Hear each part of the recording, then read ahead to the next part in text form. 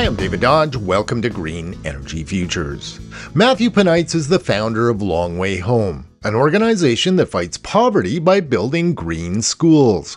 Matthew was a paramedic in Southwest Virginia before he signed up with the Peace Corps to do work in Guatemala. And then one day decided to join the Peace Corps. And then that changed my entire life because I went to Guatemala. That was where my assignment was. And what I saw there was extreme poverty. Matthew was quite taken by this experience. And I'd never seen anything like that before. And I think the paramedic in me took over. And I wanted to rescue as many people as I possibly can who were living in extremely impoverished conditions and, from what I could tell, were suffering. And so after my Peace Corps service, I decided to start an NGO so I could keep doing the work that I had started. And that was the birth of Long Way Home. And I did it from scratch. I raffled my 1973 Caprice Classic convertible to get some money started, and then bought a $500 Volkswagen Jetta. I think the windows didn't work in it. Drove all the way from Oregon down to Guatemala, picked up a couple of buddies in Texas along the way. And by February the 1st, we were building a city park in Guatamala. Matthew is a DIY kind of guy. He knew how to build things, and he was very interested in sustainability. First of all, we noticed that there was no system of trash removal. Everybody throws their trash on the ground or burns it or throws it in the river. So we wanted to do something about that, and that's where we decided to build our school using trash. The co-founder of Long Way Home said, I said to him, I want to build a school. And he goes, okay, have you ever heard of building out of trash? And at that point, I'd never even heard of it.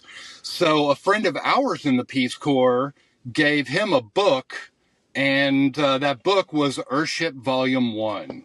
Earthships are well known today. Architect Michael Reynolds pioneered the concept of building out of old tires and trash in the deserts of New Mexico. We followed the steps in the book to build the first structure out of tires.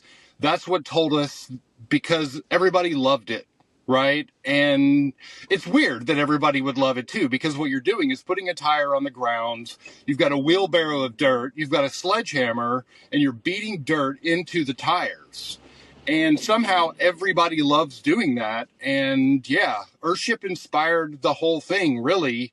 To build the school, Matthew found some land that was south-facing, perfect for the Earthship concept of building into the earth. So it took us 3 months to dig the platform out. We got volunteers, we hired some local builders, and said, hey, we're going to build some classrooms out of tires. And yeah, we put all the dirt that we excavated in the middle of our platform, threw tires in a row on the outside of the platform, and then started tossing dirt into the tires and started using sledgehammers to pound those tires out.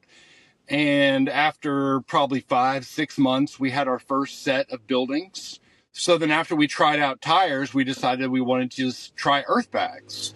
So we built an earth bag dome, right? So we used polypropylene bags, filled them with dirt, had to amend the soil, of course, and then built a small dome, tried that out. And then we decided to combine the use of tires with earth bags, and we built a building that was 2 stories high, tires and earth bags on the bottom, and then trash bottles and cob on top in the form of a dome, because we build everything with, sort of roundish, because in Guatemala there are a lot of earthquakes.